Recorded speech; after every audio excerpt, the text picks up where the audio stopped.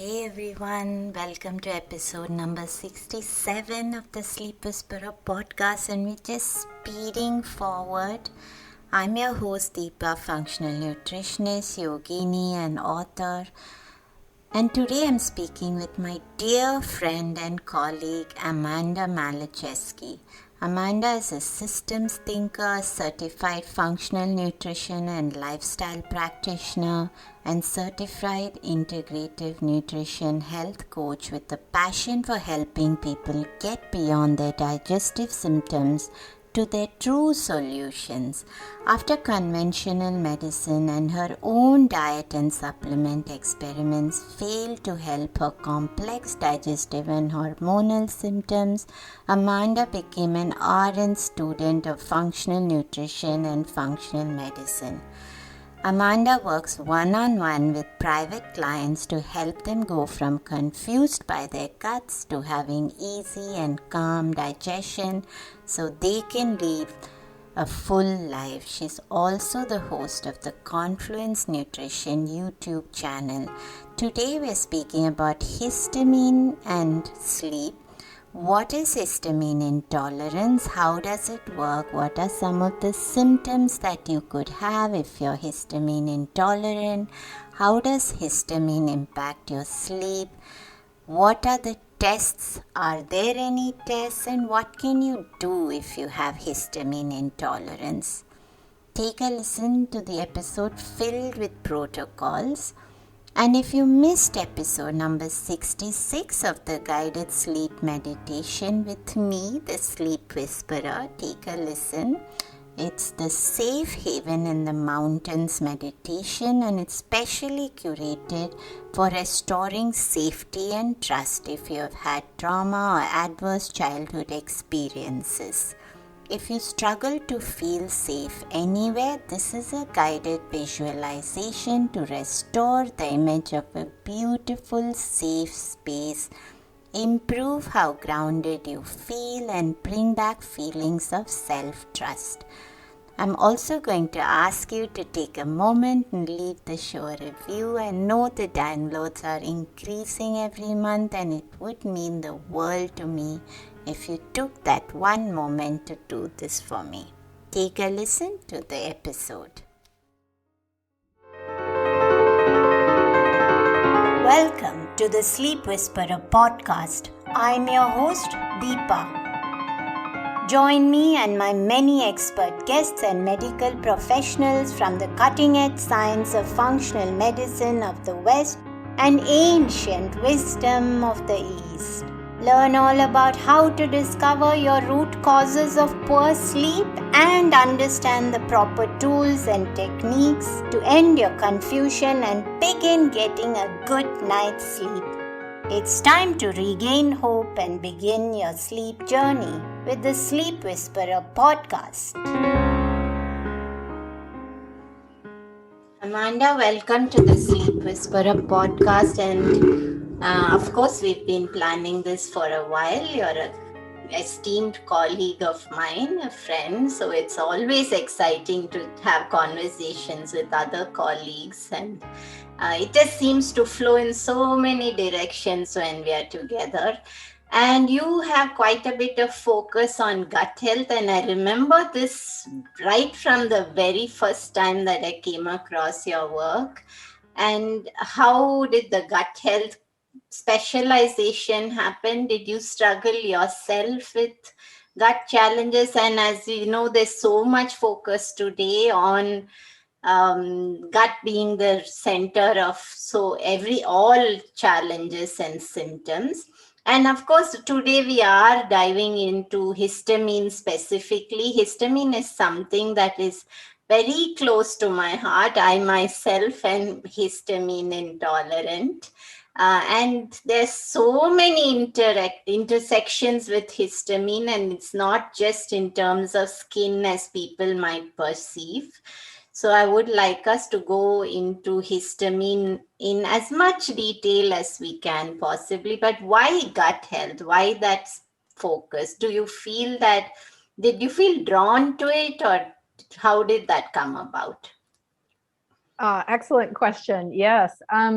Well, I would say that yes, to your question about how did I get into this, I myself had gut challenges as well.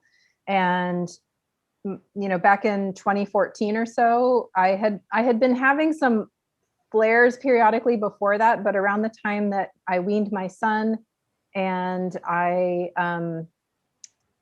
best friend died right around the same time, just the confluence of those two major, this hormonal event with this major stress event, my gut went crazy. And I just had a lot of digestive challenges in the day to day, month to month, week to week. I was just really, really struggling with that. And so my arrival as a practitioner has everything to do with that, because I went looking for answers. I went looking for support and help. And I had a very difficult time finding the support that I needed to feel better, and eventually found my way to the world of functional nutrition. And the tools that I found there were what finally enabled me to, understand exactly what was going on with me, how I could use the ordinary tools of diet and lifestyle to at least minimize my symptoms and get my, the frequency of my flares reduced or under control. And in the process of that, I learned so much that I wanted to, of course, share my knowledge and skill now with other people who are now in the shoes that I was back then, kind of looking around for answers, not really knowing what was going on, and getting totally lost in the weeds. So, and you mentioned that's why gut health. And you mentioned the Confluence. So I'm assuming that's how the name of your practice came about as well. So did you have challenges with histamine? What made you become so knowledgeable about histamine? Yeah. So in my process of trying to figure out which thing was the problem, there were a number of things that came up. And the main diagnosis I received was that I have endometriosis. And I ended up having a surgery to work on that. But the GI stuff that was going on was manifesting as a lot of food sensitivities. And in my various experiments, one of the things that I learned was that I was sensitive to certain histamine foods. I'm not extremely sensitive to all high histamine foods, but it was definitely one of the therapeutic diets that helped me get some traction with my symptoms.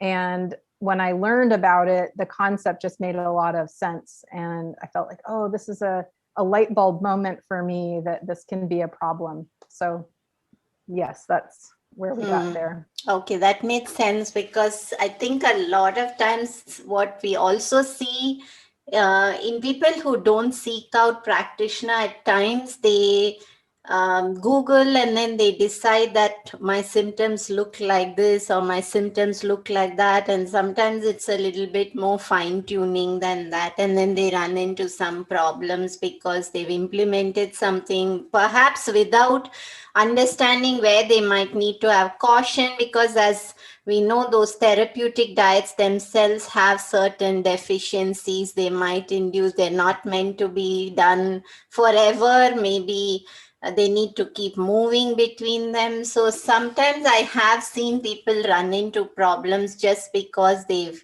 implemented something without full knowledge of it. And that can be risky as well. What is histamine intolerance? So you hear a lot about it, and people are always researching and telling me that, but I read somewhere that histamine intolerance is actually this, and you need this supplement, X supplement, you need to, but this is X is a histamine food. Why is it not a histamine food? Why are you listing that out? And I think before we jump into the conversation, I must mention that even in the world of histamine intolerance, there is bio-individuality. It's not as simple as all these foods are in the X and all these foods are in the Y. I think it does play out a little individually for everybody. So what exactly is histamine intolerance? Yeah, so histamine is a neurotransmitter and a chemical that our bodies normally produce, both in our gut and in other areas of the body. And so it plays a role in brain function and also gut function. And so our body normally produces it, but it's also present in certain foods and beverages. And histamine intolerance is when you have a difficult time breaking down that histamine. And maybe we'll get into some of those reasons in a second. But for some people at some moments in time, they may not have their bodies may not be able to break down enough histamine to keep up with it. I always talk about histamine like a bucket.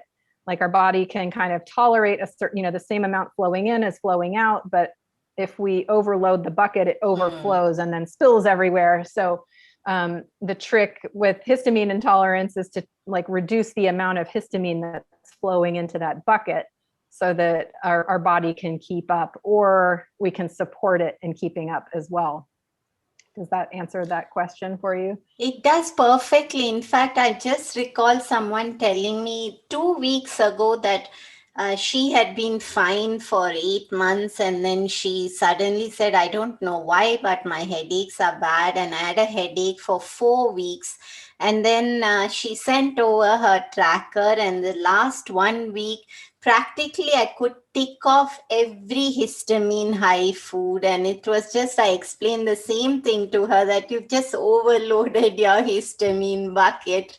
And it just body's gone a bit haywire. Okay, so what exactly would be symptoms of histamine intolerance? Because I think there is a lot of misconception, because many people relate it to only an itchy nose, runny nose, skin rashes. And I know that it is deeply connected to sleep issues as well. So could you describe different symptoms for us? Of course, yes. So certainly itchy, runny nose or throat or ears are the traditional histamine symptoms that a lot of people get from exposure to pollen or environmental irritants, sort of allergies. But we would think of that in the hives and skin itching as well. But you're right, there's a lot of other symptoms that can come along with food sources of histamine and the histamine intolerance. So these include things like skin flushing. So just like not even a rash, but like especially in this sort of chest and throat area or the face, like the skin turning red. We can get heart palpitations or anxiety or depression. So sort of mental health issues that can look like, those kinds of symptoms can turn up just from an overload on histamine. Brain fog, fatigue, insomnia, like you mentioned, is certainly something I see with histamine intolerance clients. And then there's this huge level of GI symptoms. So there's like, diarrhea, pain and bloating. Sometimes reflux and GERD can be a reflection of a histamine problem. So that kind of stuff. And then there's also, like you mentioned, headaches. This client who had headaches, that can be an issue. And also circulatory issues like blood pressure changes can happen like kind of suddenly if their body really feels overwhelmed with histamine. Beautiful. And you listed that out so beautifully, because that's another thing that a lot of women come across is this, I don't know why my anxiety is creeping back. And some of them are actually on antidepressants or SSRI for anxiety, they've been on that for over a year, and then suddenly they realize you pull out the histamine foods temporarily and then the anxiety is gone. And then when they start overloading that bucket like you mentioned, then suddenly they find that they don't know why, but the anxiety is creeping back. And it's so remarkable, Amanda, that people can go into such micro research of histamine, but I found that sometimes the gap is not one, the problem is that they're getting information from so many places and some of them are contradicting each other and then they get confused. And the second problem comes because they've got all this information, but the actual implementing overwhelms them. So they say that, I mean, it feels like it's crippling that I need to do this long term. And then you need to just explain that maybe you don't need to do this long term, this therapeutic diet. So there is so many areas that really trip up people who are not so into the health space. But you mentioned insomnia, and I would like you to go a little bit deeper into it, obviously, because we are on the sleep show. And why does histamine affect sleep? Is it bidirectional? Because I know when I had my worst histamine flares, for me, it would look like unbearable urticaria. So my entire body would have these big swollen red patches which would ooze water and it would burn my skin, and I just couldn't fall asleep. And then of course for years they pumped me full of steroids, and I still tell my husband I wish I had this information 20 years ago, which I didn't, and I went through all that. But anyway, it brought me to where I am. But why sleep and histamine, and do both affect each other? Yeah. Well, yeah, you touched on it there. Certainly if your skin is covered in a rash and you're really itchy, it's just difficult to sleep when you're really uncomfortable or having allergies of any kind. And that physical experience that your body's having is a stress response partly. So there's, the histamine, the itchiness and the or the other symptoms are can kind of ramp up a feeling of distress, right? And there's sometimes when it's really flaring, there's this feeling of like, how bad is this going to get? Like, how much longer is this going to go on? Is it going to calm down before it's a really huge problem, right? But then I think also the sort of heart palpitations, anxiety piece, yes, can also, a lot of people who struggle with sleep are also struggling with a busy brain, obsessive thoughts, or just not being able to calm down. And histamine can really play a role in that if there's too much, or basically not necessarily if there's too much, but if there's an intolerance to it and there's at the same time too much.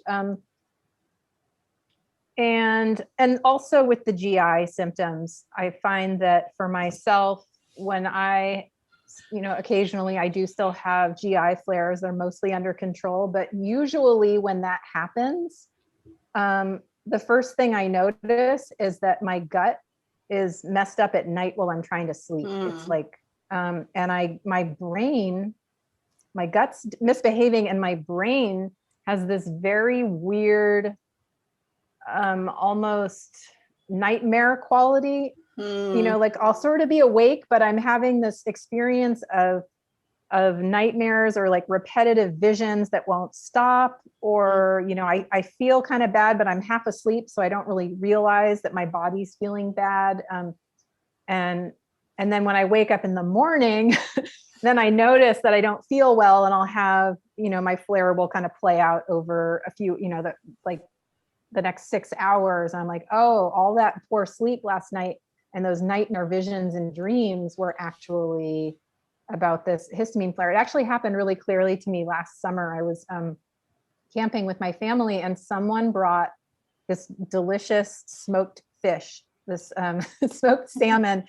And earlier that day, I had eaten a ton of fresh fruit because it was really hot where we were staying. And then I ate a whole bunch of this fish. And then it was overnight, my brain was just having a really weird experience. And I woke up the next day and just felt bad for, until 3 the next day. So I think, the gut is such a huge player in how our brains feel and how we feel overall. So any disturbance there at all is going to really affect how we feel, how we think.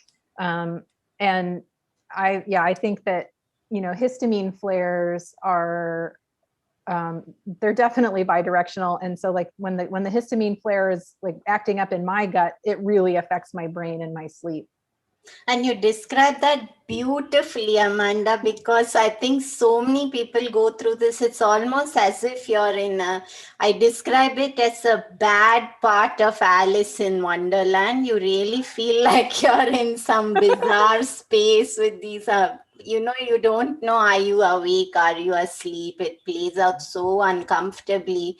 And what I've noticed, and I tell my husband the next day that it the whole world, my world, looked like a scary place when that histamine is so elevated. Every little concern that's in my mind amplifies and magnifies in that space in the night, where suddenly it's not just a simple problem that I just need to think into, but suddenly it's this scary thing that is overwhelming me and making me feel really uncomfortable. And you just described that so perfectly. So I know that this is a question that probably may have various paths to the answer given this area in the world that you're in, but are there tests that can confirm histamine intolerance? It's not really. The simple answer is not really.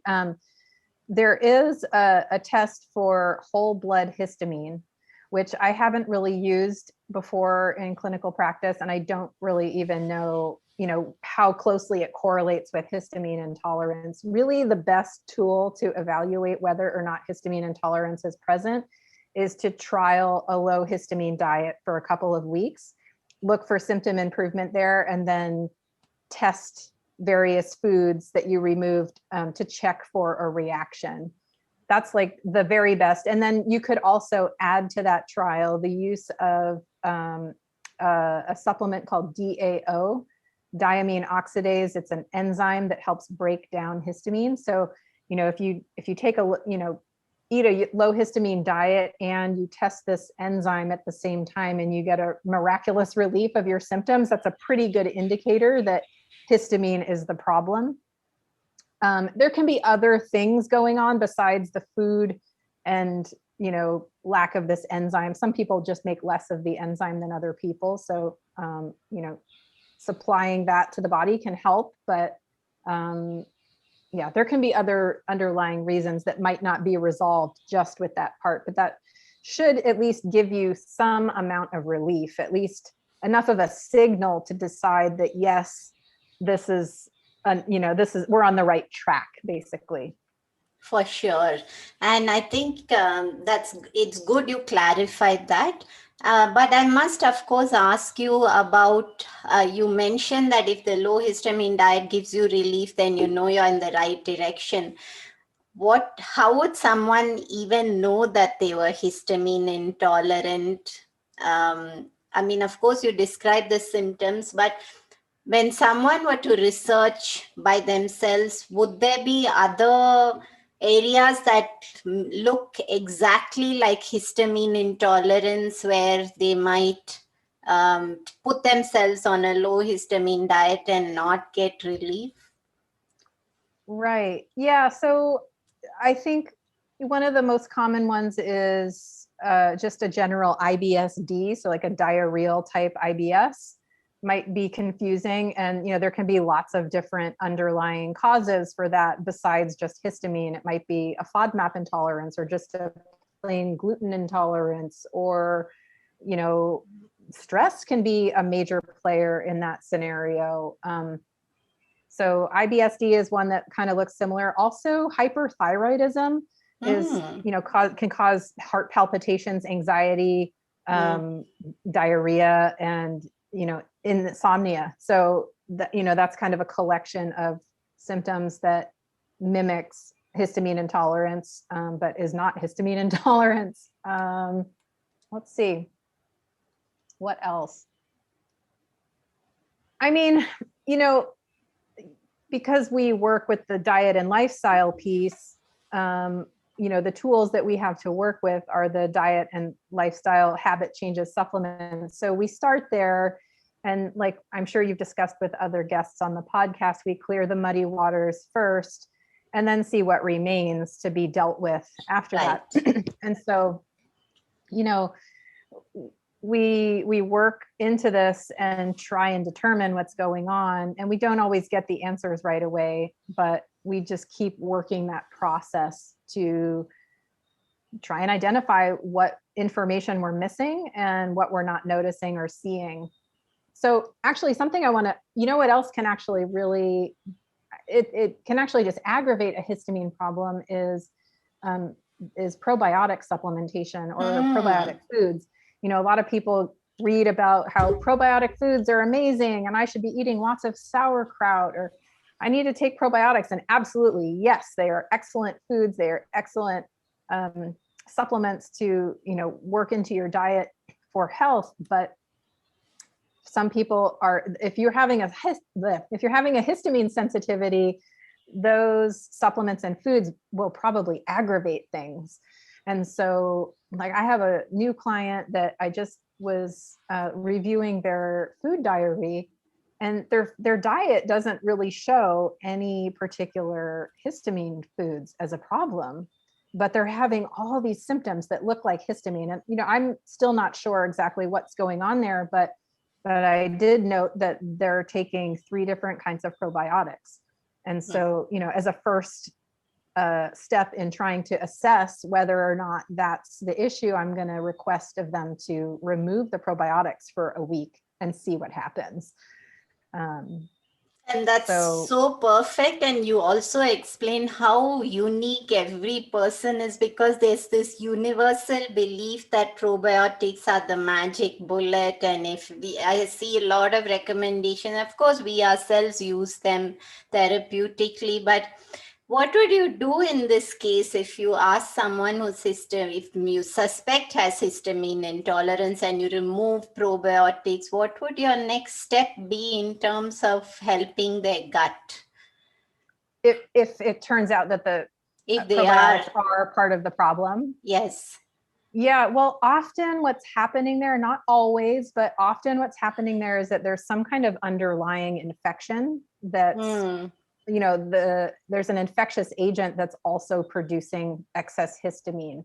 So, and in this case, actually, the person's been diagnosed with SIBO and they're working through treatment of that. So, that's a player and that's a factor here. And so sometimes we have to clear some of those muddy waters with infections to get to the point where we can rehab the gut. And also, this is a case where I might bring in that DAO enzyme to see if we can get some relief there. And some of the other nutrients that, vitamin B6 and magnesium can help with processing histamine as well. So, that's a case where I might, see if we can get this stabilized and get the flares and the brain fog and all the anxiety and all these symptoms that are just kind of like this person is living in this soup of daily, feeling tired, feeling brain foggy, can't think straight, and then anxiety about all those symptoms. Can we get some stability there by taking away the probiotic, thinking that the probiotic might be the trigger? Can we remove that trigger just to calm things down, give the body some support to, get to a more balanced place? And then we see where we get from there. Maybe we work on removing infections and simultaneously supporting just the digestive system with, things like enzymes or the stomach acid piece that we talk about. Not apple cider vinegar or lemon juice, though, because they're both high histamine. Yes, things. That's the case. Yes, I was just going to ask you that. Yeah, that's the case where I move right to the betaine hydrochloride as an option for people to see if they can tolerate that. On that note, Amanda, I must stop you for a second, because what would your thoughts be for introducing betaine in someone who's histamine intolerant but who's plant-based? Because there's a lot of information on how plant-based people don't need betaine, and I don't know, what are your thoughts on that? Well, I feel like plant-based people who are eating a plant-based diet typically are deficient in stomach acid, and then they're eating less vitamin B12 and they need that stomach acid to absorb whatever B12 they are eating. So, I mean, I think, is there some argument about the source of the betaine being a problem for plant-based? No, just I think that people who are eating plant-based betaine can be too much, that they don't need betaine, the level of betaine, because they're not eating animal proteins. Right. Yeah. I mean, as with everything, and I'm sure you say this with your clients as well, we want to start very low and titrate up. So yeah, maybe a whole capsule is too much, or we need to find a betaine product that has a much lower dose for a vegetarian or vegan client. Beautiful. Yeah. So, I mean,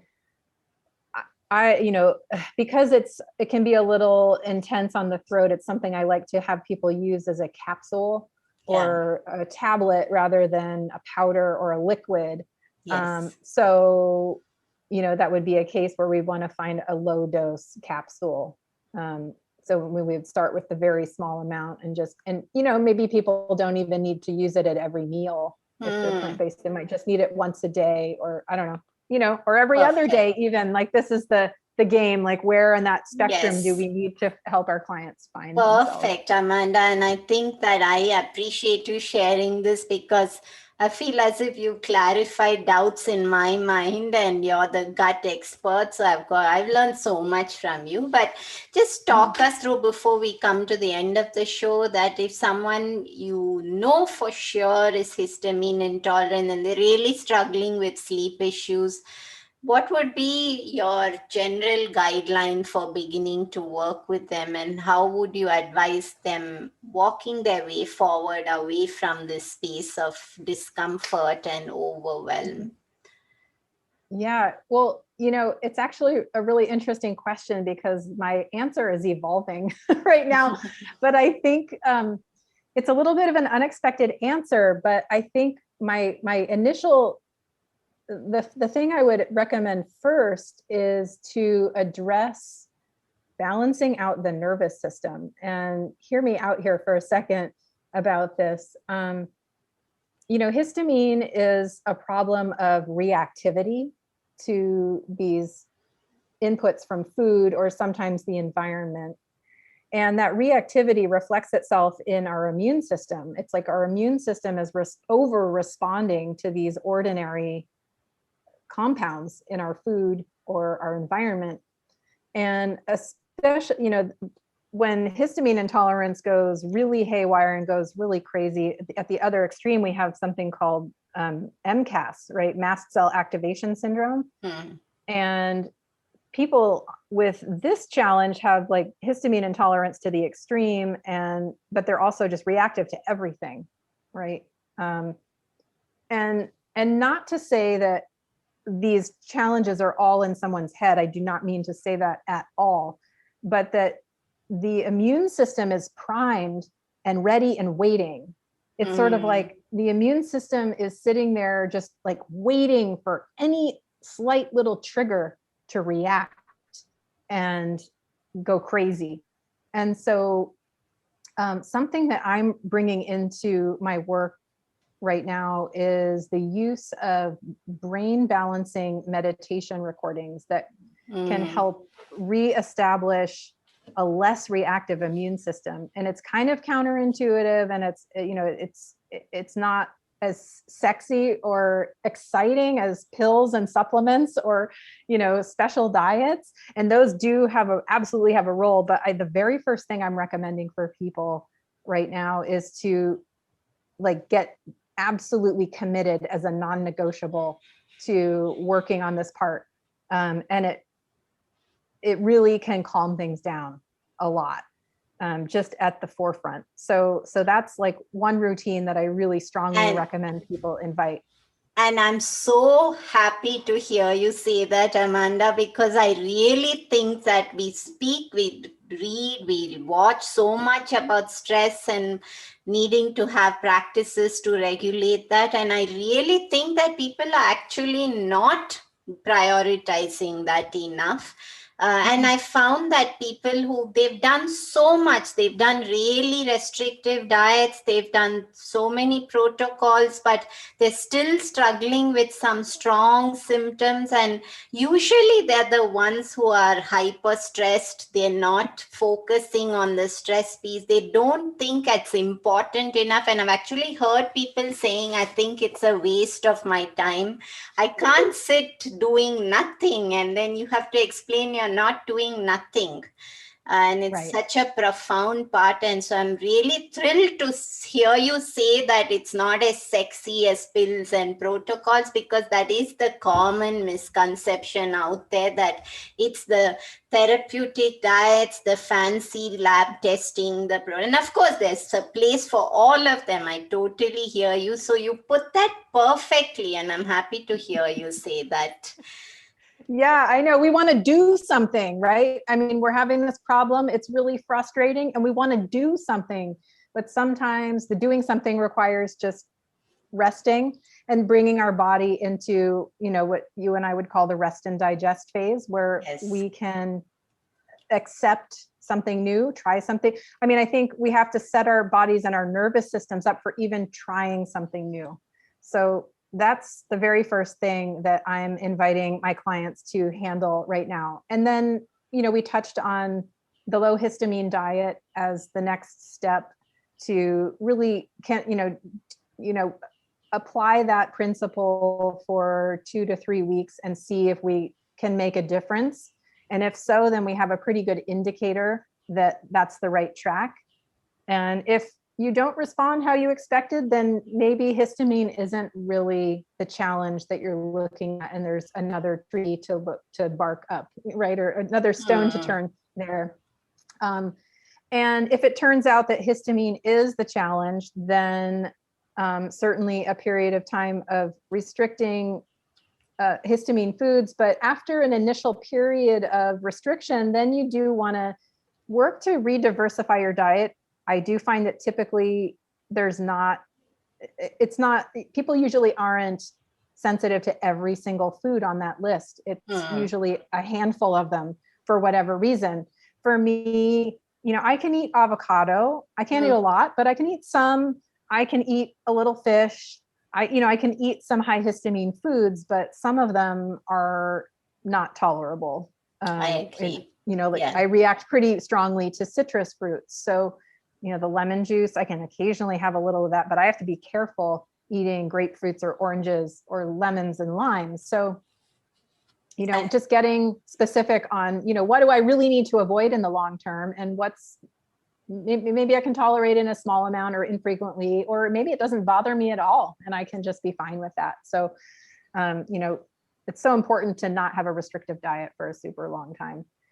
And then some of the, supplements can also be of a benefit. And, like we talked about, the DAO enzyme, magnesium, vitamin B6 are really important players in the scenario. And then, at the end of all that, if there happens to be some kind of microbiome disturbance underneath the histamine problem, frequently it's parasites. Parasites are one of the more common underlying causes, or a bacterial overgrowth. Like those need to be handled, and then you invite a practitioner who can help you with that onto your team, like a naturopath, a functional medicine doctor, or even a conventional MD who can help with that project and work alongside you. So that would kind of be the step-by-step. Perfect, Amanda. I think you really broke it down beautifully, and I really appreciate your time. But before I let you go, I must ask you our 2 questions. Which first is that there's so many people struggling with sleep, and in the last year that I've been focused on sleep, I've been watching the sleep space and noticing that, of course, sleep practitioners specifically there are very few of them who focus on the diet piece, which is very unusual. They're all focusing on circadian rhythm, light therapy. So focusing in the area of sleep and using diet is a very unusual area.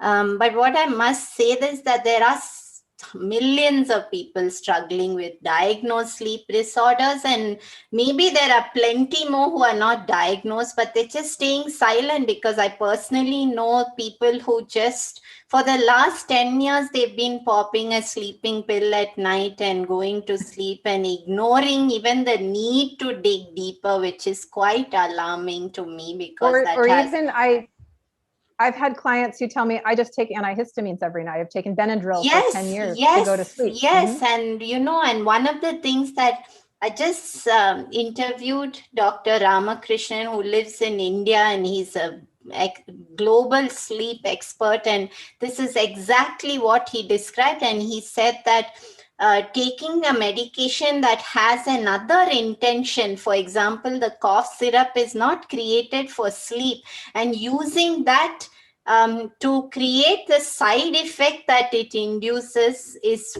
very, very dangerous, and it's really alarming trend. And I'm so glad you mentioned that as well. But what do you think is what do you perceive as the biggest reason for growing sleep challenges, because they've grown substantially in the last decade? I would say, I think blood sugar problems are a big one. And people, eating too late at night or eating junk, not, feeding their bodies appropriate nutrition so that they can fast overnight without getting really hungry, their body waking up in the middle of the night and then punching them with this cortisol spike to like, you're hungry, get up, go eat something, is what your body's telling you. So that's one thing. I think stress is a really huge one too, just the kind of stress we're under in the modern world, but also our computerized life where we're sitting looking at screens and we're plugged in all the time to our screens and our Wi-Fi. And then I had another thought just a second ago, but I think I might have lost it now. Okay. I can't remember now. Yeah. But I'm glad you mentioned the blood sugar, because I really think in the sleep space, importance is not given to these aspects. And we do need to be looking at that. It's a huge reason. So I'm happy to hear you say that. Yeah, I think that especially, a lot of people will drink alcohol in the evening to kind of wind down from their day. And, it's just really relaxing to have a beer, have a glass of wine. And that, before you've even had your dinner, and then, your body's also processing that. And then the liver's a little overburdened come 3 a.m. And it seems like that's when people wake up, is 3 a.m. and they can't go back to sleep. So, and that's also, alcohol is also a histamine food or beverage. Yes, of course. So. And Amanda, I want you to complete our show mantra. If sleep is the new medicine, then how would you complete it for us? Oh, I hope I do this right, because I thought about it. I saw the question ahead of time. If sleep is the new medicine, then anything is fixable. Oh, love it. And I must also confess that because you're a colleague and friend, I shared this with you, but normally I spring it as a surprise on my guests. But where can people find you, Amanda? I know Confluence Nutrition, but would you just like to direct people to the right space and just spell it out? Yeah, well, I have a YouTube channel, which is just my business name, Confluence Nutrition. And I have, I think at this time, over 60 videos over there with lots of great information. So that's a really easy place for people to go. And then currently, if people want to learn more about working with me, they can go to confluencenutrition.com/contact. That's the page where you can find out which kinds of people I'm scheduling with for and for what reason. So if anyone wants to learn more, they can go there. Perfect. Thank you for your time, Amanda. And I think our conversation just literally, I didn't realize 45 minutes going by. It was a beautiful conversation, very, very sensible, very giving all sides of the information, which is very useful to people. And Maybe sometime we'll have you back to talk a little bit more about gut infections, because that is also a big space which there's a lot of misconception and confusion out there. So I would love to have you back, but thank you for being on the Sleep Whisperer podcast today. Thank you so much for having me, Deepa. It was my pleasure.